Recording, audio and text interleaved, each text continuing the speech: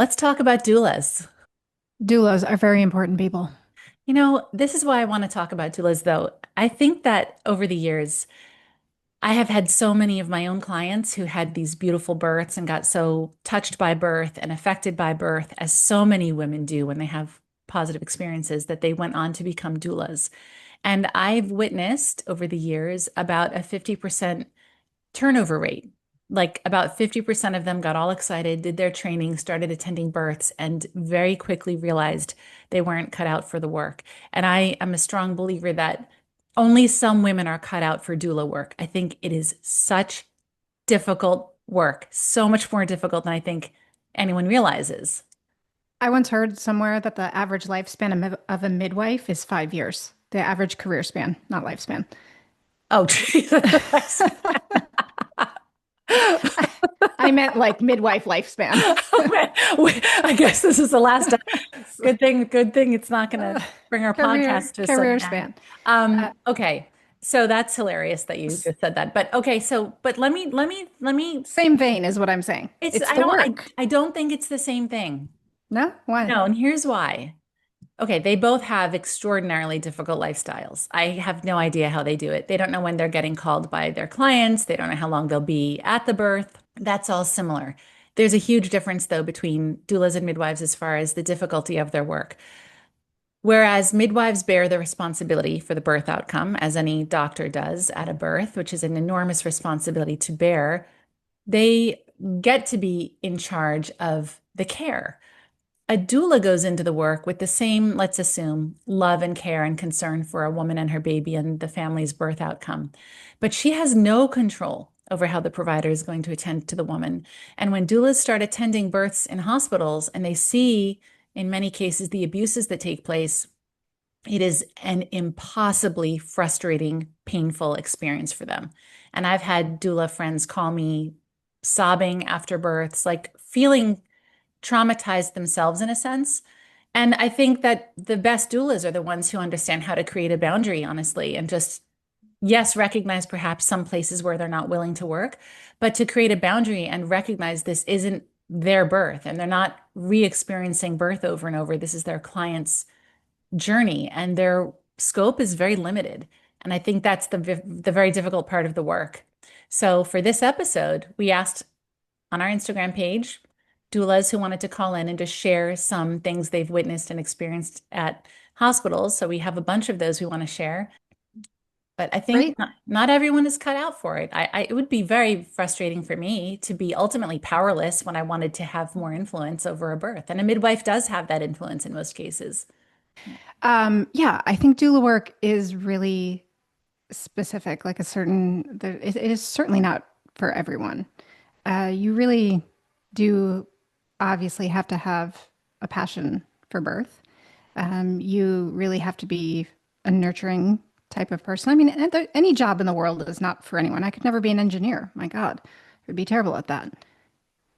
But this is a particularly emotional work. I mean, this work attracts women who care deeply and want to help make the world a better place. And to go and ultimately feel their hands are tied and to witness certain things, it's just very difficult. And I have all the respect in the world for the doulas who can do it. And I have all the respect in the world for the doulas who do it for a while and realize they can't. It's too demoralizing for them. They ultimately can't change the system and they can influence a woman's life tremendously. They can change birth outcomes, but there are times they just hit a wall and have to witness things they really never cared to witness. And when it's about a client they care deeply about, it's very painful. But anyway, we just said, hey, call in with some of your stories. Let's listen to what they wanted to share. My name is Colleen. I'm a birth doula in Buffalo, New York. And the craziest thing I've experienced as a birth doula is I was supporting a couple who had no family in town. The mother developed preeclampsia around 28 weeks, pretty severely. They had to do an emergency C-section. The couple had asked me to come in and sit with them in the hospital while they waited to go into the C-section. The doctor walked in, took one look at me, and looked at the couple and said, "This is not a doula situation. I don't know why she's here." It's not up to the doctor. What is a doula situation and what? The doula is there to support the mother. It's the mother's support person. The doctor, this OB is obviously thinking that, the doula is purely a assistant in the birth to do the things that the midwife or the doctor isn't available to do, like massage and get her things and comfort her and talk to her and be there and be present. The doula's role in pregnancy and birth is to support the mother in whatever way she needs emotionally. Oh, yeah, they're just as important during a C-section as any other birth. It also was a good example of the lack of respect or the contempt some doctors have toward doulas. To talk about her in front of her and say she, I don't know why she's here. This isn't a doula situation. It's just so apparent that doctors are threatened by an empowered woman serving as support in the room. I don't know why they find it threatening, but it's very clear to me that they only have that approach because they're threatened by it. Well, because a doula questions them. A doula questions their system. It makes them have to veer from the easiest path. The doula helps inform the mother and empower the mother, and then the mother wants to do things differently than the policy or the system, and that makes their job harder.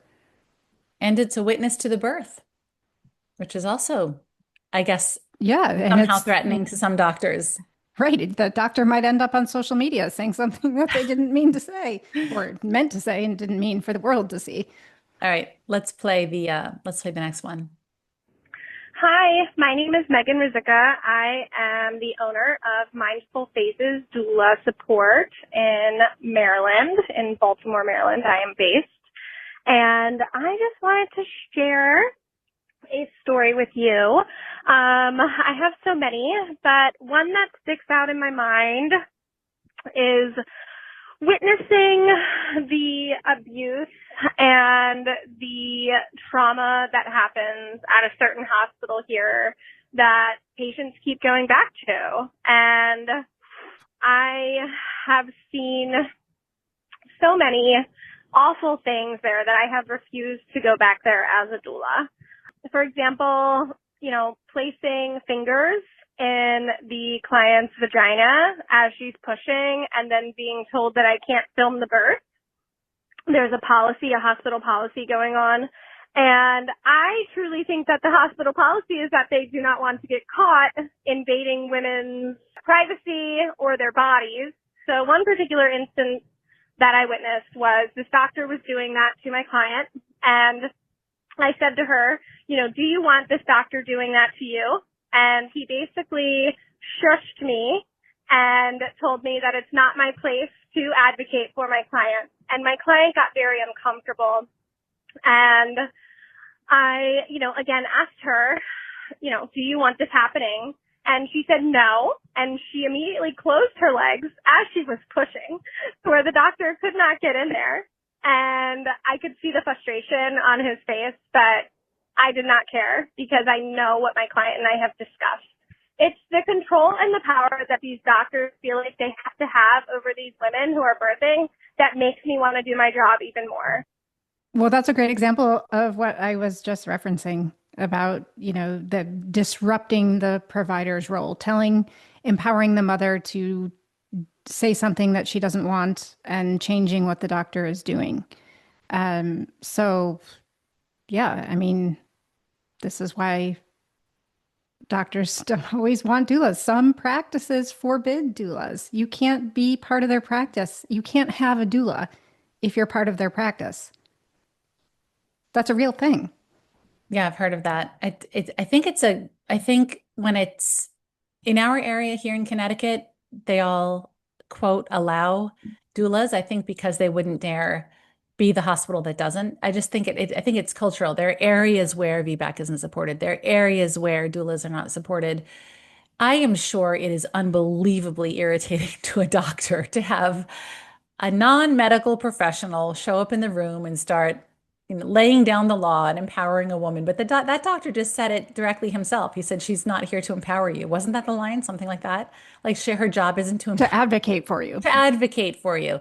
That's exactly what a doula can be hired to do, among other things. All right, so this next one is from Colleen, who I know well in Connecticut. She has been the doula for about 250 of my own clients, so I know her very well over many years. And she gives a few quick examples, but I have my own details to add to the first example she gives. So let's listen to her kick it off. Hello, this is Colleen from Beautiful Births and Beyond, which is located in Connecticut. I've been a doula 12 years and unfortunately have some crazy stories. What comes to mind first and foremost is this was earlier on in my career. Client was unmedicated, laboring beautifully. She was probably 8 to 9 centimeters at the time. She did not want the saline lock, part of the IV, the part that goes in the arm and stays in the arm. She didn't need it. She was low risk, so there's no reason for it, so she was declining. The nurse kept bugging her, and then finally the OB comes in and really started harassing her, and in the end told her, if you don't let me put in this saline lock, you can go birth your baby out in the parking lot. So, yeah, that didn't go over very well.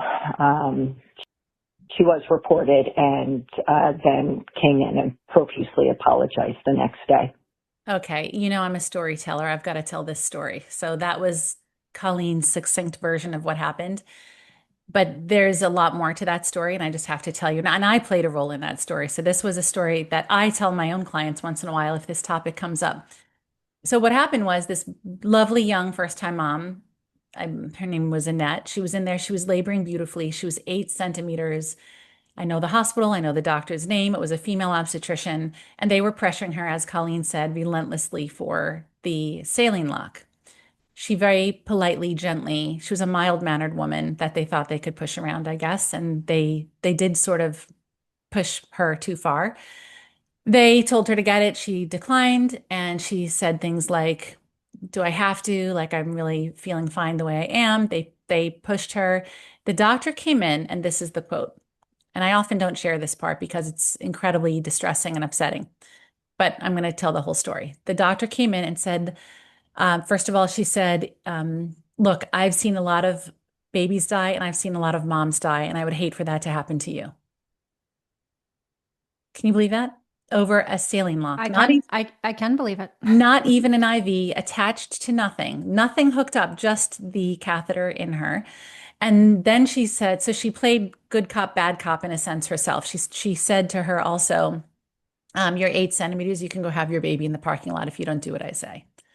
So she acted all caring for 1 second. That was a completely obviously manipulative way to pretend to be caring by talking about anyone dying. I also want to say to that doctor, really, you've seen a lot of them die on your watch? What are you doing wrong? Really? Is that really true? A lot of them are dying in your care? Do you even realize what you're saying about yourself? Anyway, she did get coerced, and she did get the catheter, had her baby, had a beautiful birth. They called me from the hospital room, happy about their birth, told me the story. I was absolutely outraged at the comment the doctor made and the threat to kick her out. So I sought their permission to call the hospital president, and they gave me permission. I called the hospital president. Of course, I didn't reach him. I reached the voicemail of his assistant. That's the number that was listed online. And this is the voicemail for da-da-da-da. And she said the president's name. I left a message saying, oh, hi, this is Cynthia Overgard. I'm the owner of Hypnobirthing of Connecticut in Westport. We have many mutual clients over the years. We've had hundreds of mutual clients. And you have a mom in the hospital right now. Her name is this. She was this doctor's patient. And this just happened. You and I both know that would be unlawful for her to actually kick the client out. She has the right to be there no matter what. And I just want to know, just from you, is this something you support? Is this something I should expect for my clients to be experienced at this hospital? Or would you say this was an unusual event? Because you and I both know that was unlawful. I basically said that. And I gave him my number and asked him to call me back. Of course, I was certain he wouldn't call me back, but a most unbelievable thing happened. And Colleen just said the doctor apologized profusely. This is actually what happened. The next day was a Saturday. The couple was in their room with their baby. The doctor walked in with her preteen age daughter. They were both elegantly dressed. as if to go somewhere. So it took the couple a second to even realize this was the doctor. She had her handbag over her shoulder. She was with her daughter. She was dressed in high heels and a nice dress. She walked in front of her own daughter, got down on her knees, took the mother's hand and said, "Please forgive me. I was totally out of line. I never would have kicked you out of the hospital. We're not allowed to do that. I never should have said that to you. Please forgive me. Please forgive me." So, the president wasn't going to call me back, but he called her up and said, "You get your ass in there right now and make this right, because not only does the couple know what you did was unlawful, but a third party in the industry knows." So that was a really incredible story I'll never forget. Powerful for sure. To play the devil's advocate for a moment, obviously the doctor acted really inappropriately. That doctor has probably seen a mother die in birth from some type of emergency where, instant medication or fluids may have saved her life. It does happen. It's really uncommon, but this is why providers can behave that way and be that way. And that's her own trauma to process and deal with. And it is never appropriate. It is always an issue of informed consent. I have a different perspective on this. I personally would bet the doctor hasn't seen a woman die in labor for this reason. I've read a lot of controversy around hep block. First of all, we're not even talking fluids. We are talking only a catheter. A Yeah, but the reason for that is that in an emergency, I know. I know the you reason. You're a you step have closer.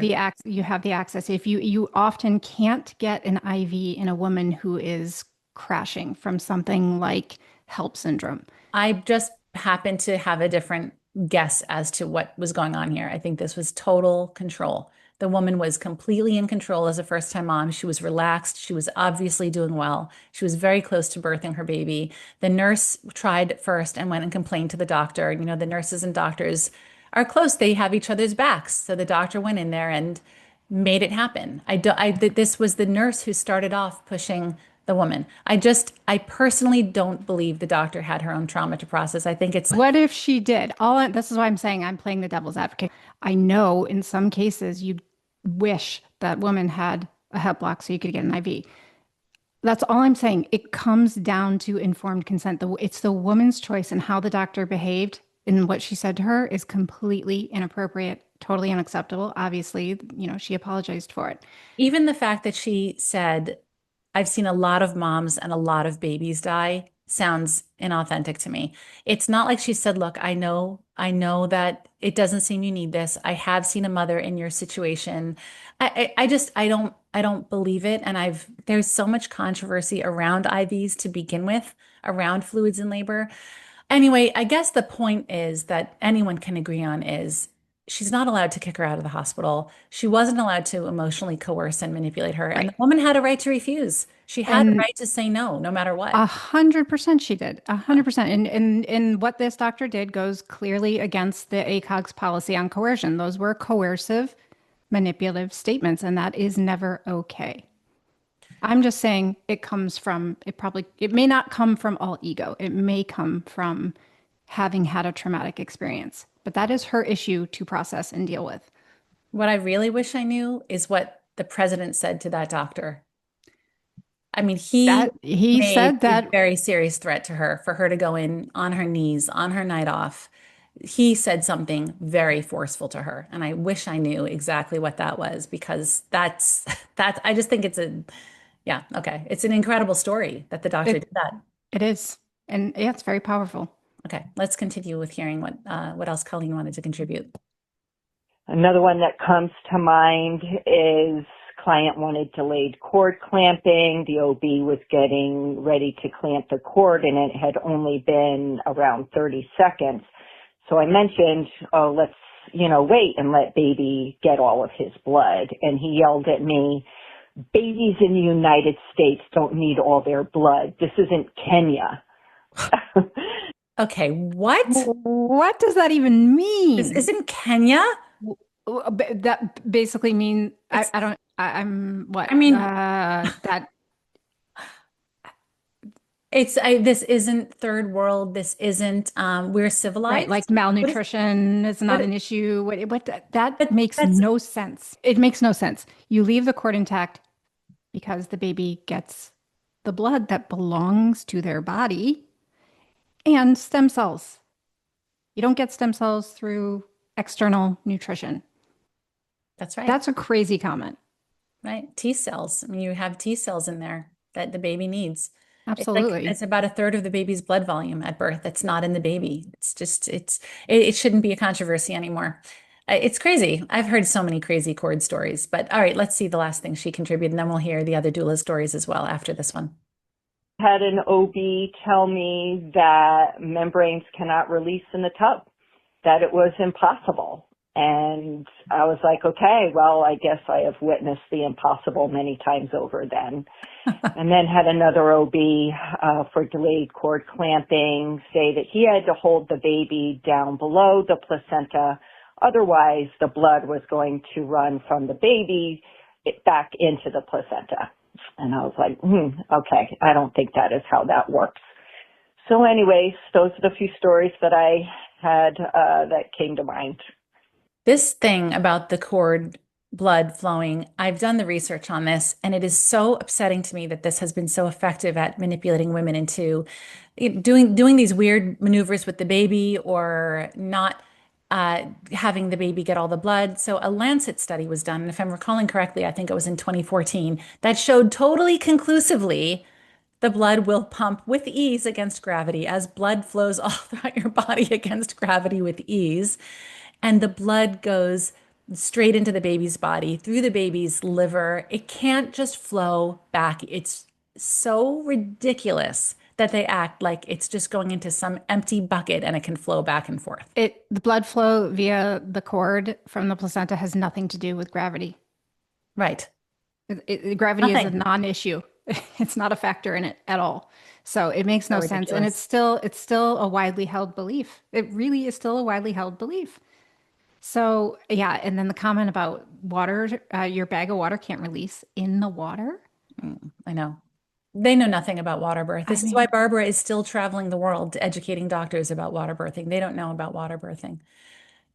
But back to the blood flow. This is such an important comment and such an important misbelief out there because babies need to come out of women and go on their stomachs.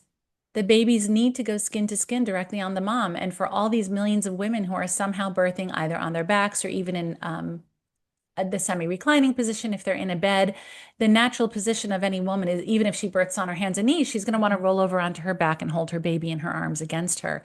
And this argument that the blood can't flow that way is to then indicate the baby can't go on the mom, which is absolutely criminal. I mean, the baby must go on the mom and be held by her right after the baby comes out.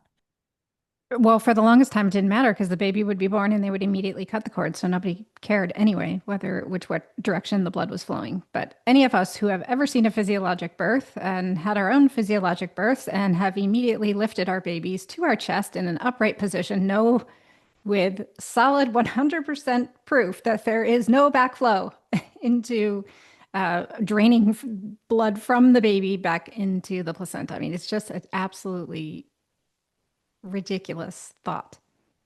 Nature would never be so foolish. Hi, Trisha and Cynthia. This is Lauren. I am a doula here in Knoxville, Tennessee. I had an experience this last week that definitely struck me as interesting. I had a young couple who was about 40 weeks, and they were told that they had only a few days to induce, no other options.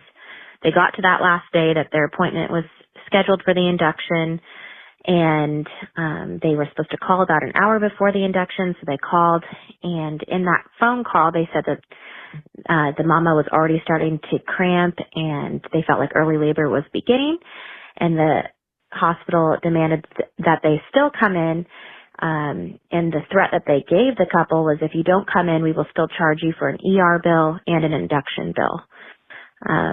And so the couple was kind of scared into coming in, even though her body was going into labor. So found that very interesting. Wanted to share with you guys. Does that not just say it all?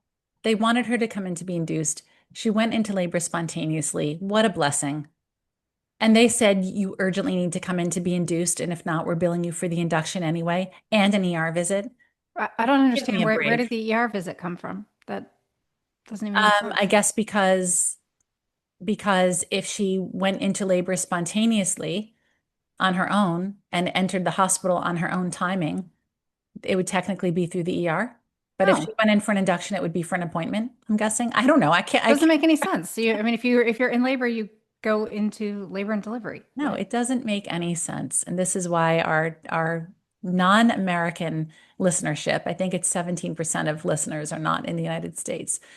Their jaws must drop when they hear this stuff. They must just be like, "What?" But this is the weird sort of thing that happens when you have corporations, full-on legitimate conglomerates running our healthcare. Profits are a goal. It doesn't mean it's the only goal. I'm sure giving the best possible care is also a goal, but profits are a goal, which is not a goal for your local public school or your local firehouse. That is just out to educate and or save people. It, Yeah, it, it- let's not be too naive on that one. Profits are at the top of the list. you These are know, businesses. Birth it, is a business. It is a business. And yes, within that business, there are caring, good providers who care deeply about your experience and your birth. But they are dictated by higher ups who run a business and they care about the business of birth and making money. It's the top priority. did I ever tell you that I had a couple years ago who started taking my class and about halfway through the course, they came one week and they said, Cynthia, we have a crisis. Our doctor, who we're really happy with and who attends births at such and such hospital, was kicked out of the hospital and he was told it's for not bringing in enough revenue. So we still have a doctor, he still has his license, but he literally has nowhere to show up to attend my birth. Do you believe that story? Yes. I mean, I knew it was a true story from my couple, but I want to know if that's surprising to Yeah. you or it was shocking to me. No, I He mean, lost his rights at the hospital. yeah, providers have to maintain their hospital privileges, and they can have all kinds of various reasons that they don't get them or they're not renewed. And the hospital can only have so many practices with privileges at the hospital. So if you're not a money-making practice, sorry, find somewhere else to go. I totally believe that. Hi, I was calling to share a story of something insane that I've seen as a doula. I've only attended one birth currently. It was the one and only hospital birth I will ever attend. But the OB came in yelling and screaming and was basically pulling this baby out of this woman and told her, well, first I saw her physically try to rip her perineum, and then when it didn't work, she told her that she wasn't tearing and she needed her in order for the baby to be born, and proceeded to cut an episiotomy. Told her it was absolutely necessary. And I will never attend another hospital birth because it was so disgusting. Perfect example of a doula who loses all that spark she had. She now says, I'll never attend another hospital birth. And that's where we need doulas the most. The doctor physically tried tearing the perineum.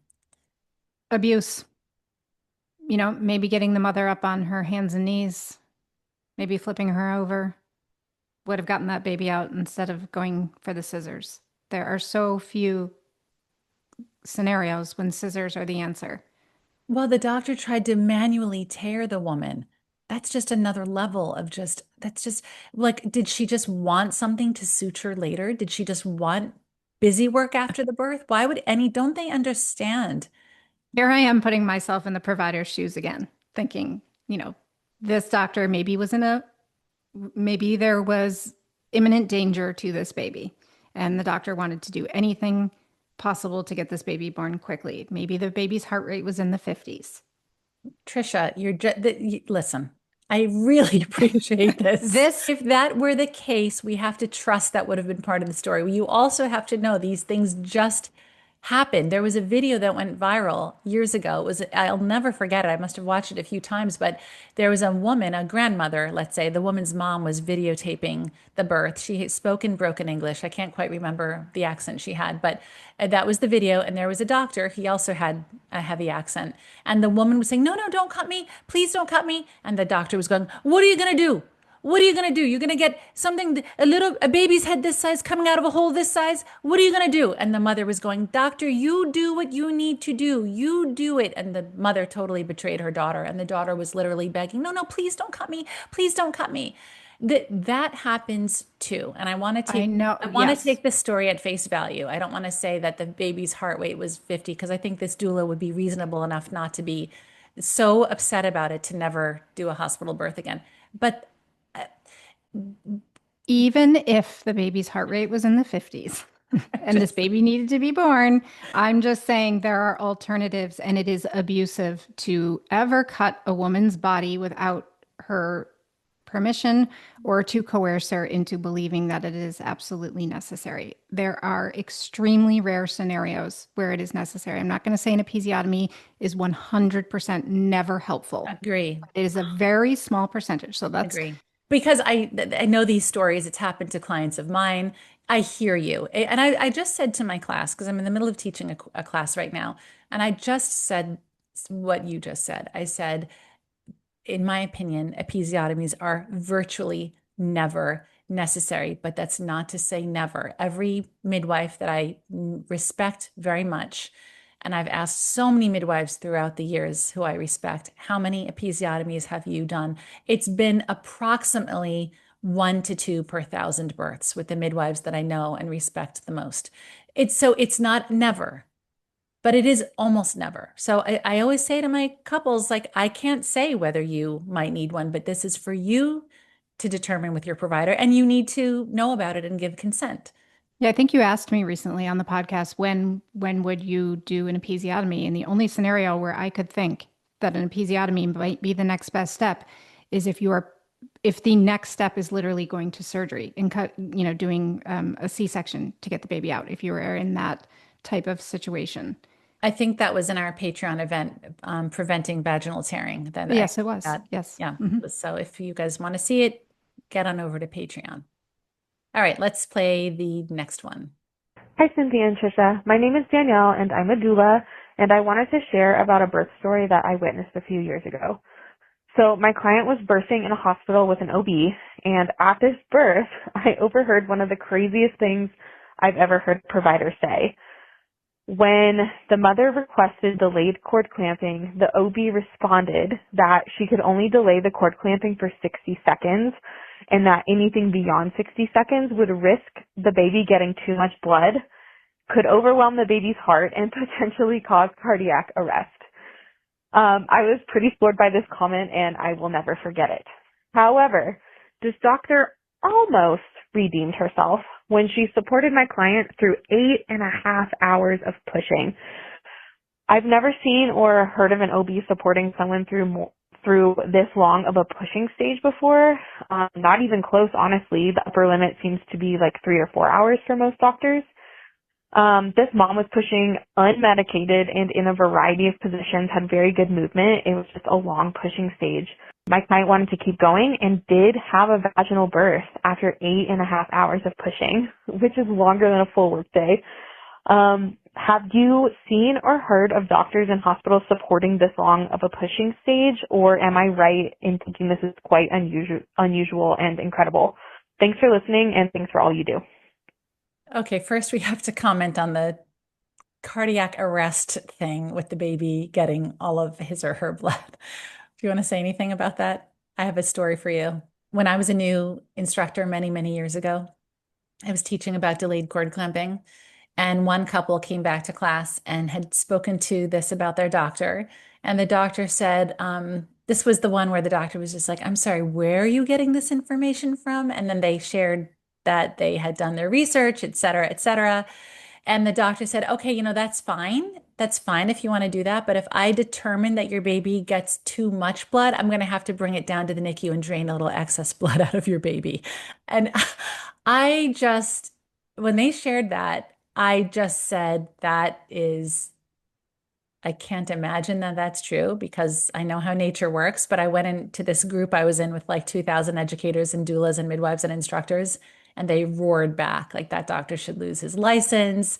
I mean, drain excess blood out of the baby. Can you Okay, so imagine? well, yeah. So So here we are on one hand saying that we're going to exsanguinate a baby if we leave the cord intact too long, because the blood is going to drain out of the baby back into the placenta. And on the other hand, we're saying they're going to get too much blood and their heart's going to stop because their body's going to be overflowing with blood. Ain't just so ridiculous. I mean, come on. Hundreds of years ago, we didn't have scissors.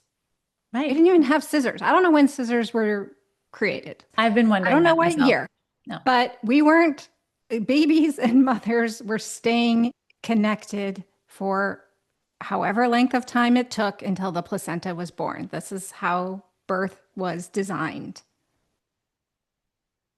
Scissors, scissors were invented. I can't wait to share this. Scissors were invented 1500 years before Christ. What? Oh my God. Okay. And I didn't ask about knives, which you know had to come before scissors.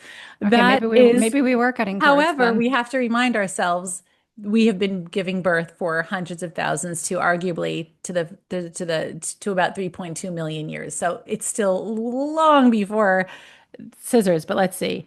What about That's impressive. humans have always been kind of remarkable in technology. Knives are one of the oldest tools ever created by humans. They date back to, oh my gosh, you are not going to believe what I'm about to tell you. You ready for this? Knives date back to 2.5 million years ago in the Stone Age. I do believe that. I That What? makes sense to me because that would be like the first tool man would create, something to cut. But scissors are a whole nother mechanism, like much more complicated. Paleolithic era. I Yeah, I believe that. cannot. Sharp rocks could have probably been considered knives. But how do we even know that? Fossils? Oh, for sure. With knives, yeah, anything with stone, that's one of the easier things. Okay, but when was the first recorded episiotomy? When did they start using those sharp tools to cut women vaginally? And the first recorded episiotomy was in 1700 by an Irish physician, Sir Fielding Auld. Sir Fielding Auld. What year did you say? 1742. However, the practice did not become common until the 20th century. That's when it really got trendy and popular.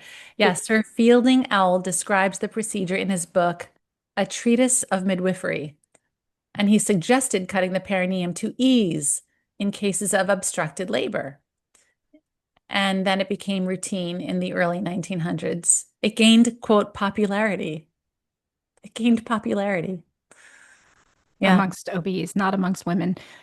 What about cutting cords? What does it say about when people started cutting cords? Who knew this was going to turn into a history lesson? You mean like immediate cord clamping?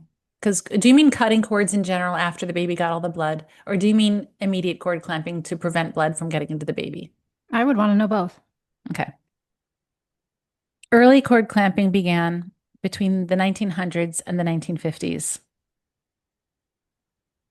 Around the time hospital birth became popular. Yes, no coincidence. No coincidence. Now, what about when does it say anything about when we started separating mother and baby via cutting the umbilical cord instead of waiting for the placenta to be born? I'm going to go with the Stone Ages again, but let's see. Okay. Okay. It says there's no exact date, sadly, but likely tens of thousands of years ago, possibly up to 200,000 years ago, early humans likely observed that the cord dries up naturally and falls off eventually, but they may have begun cutting it shortly after the birth with sharp tools. The act of cutting may have developed for practical reasons to prevent infection or make it easier to move the baby. That's for sure. Hand the baby to someone else. Ancient Egypt, 1500 BC, mentions midwifery practices likely involved cord cutting, again, long after the baby received all of the blood. Hippocrates, 400 BC, references tying and cutting the cord after birth. So 2,000 to 3,000 years ago. The things women have seen through the years, through the millennia. Well, so those were the stories we got from doulas. Great. Very eye-opening, very illuminating, I think. I wonder how the listeners heard this. I wonder if they're surprised or if they're like, yep, no surprise. I wonder how they hear it. Because you and I are not terribly surprised by any of this. We've heard these stories over the years, but I wonder how, that newly first time pregnant mom is hearing this and if they're surprised. Doulas are very valuable because they are our eyes and ears, an objective set of eyes and ears into the industry. And I think we can learn so much from them.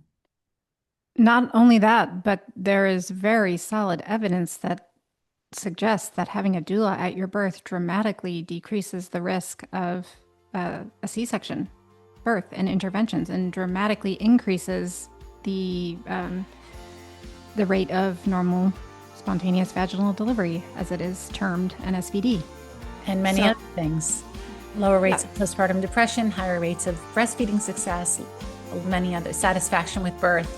Yeah. There's so much good evidence to support having a doula, and women have had doulas by their side in birth since the beginning of time. They are the original birth keepers. Doulas then, the more practiced a doula was, the more likely she was to become a midwife.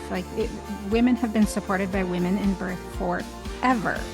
And it's interesting, the role of the doula, I feel like it's always evolving. Doulas are practicing in different ways. I heard one doula recently say that she no longer believes that her role is to advocate for her client. And most doulas see that as their primary role. So it's really interesting. I feel like there is a lot of variation in the role of the doula and a lot of evolution in the role of the doula. But the one thing that we know for certain is that women need women in birth. And the doula fills that role, and it makes everything about the birth safer and better for both the mother and the baby.